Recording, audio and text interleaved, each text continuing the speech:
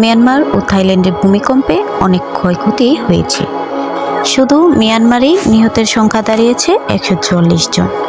মিয়ানমারের সামরিক শাসকের সিনিয়র জেনারেল মিন আং হায়ং জানান, বর্তমানে 144 জন নিহতের খবর আমরা পেয়েছি, আর আহতদের সংখ্যা 732 জন। হতাহতের এই সংখ্যা আরও বাড়বে বলে আশঙ্কা করা হচ্ছে। নিহতের সংখ্যা বেশি হচ্ছে নেপিডোতে। অন্যান্য শহরেও মানুষ নিহত হয়েছেন, তবে তাদের সংখ্যা কম। মিন আং আন্তর্জাতিক সাহায্যের আবেদন করেছেন।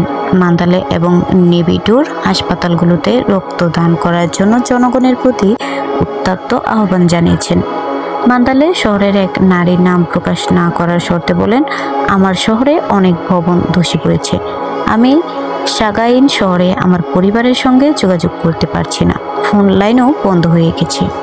মিয়ানমারে রেড ক্রস সোসাইটি জানায়, তারা প্রাথমিক চিকিৎসা সেবা প্রদান করেছে এবং মান্দালে একটি দল পাঠিয়েছে। ইন্টারনেট পর্যবেক্ষক নেট ক্লক্স জানায়, ভূমিকম্পের পর মিয়ানমারে ইন্টারনেট সংযোগে বিপর্যয়ের তথ্য পাওয়া গেছে।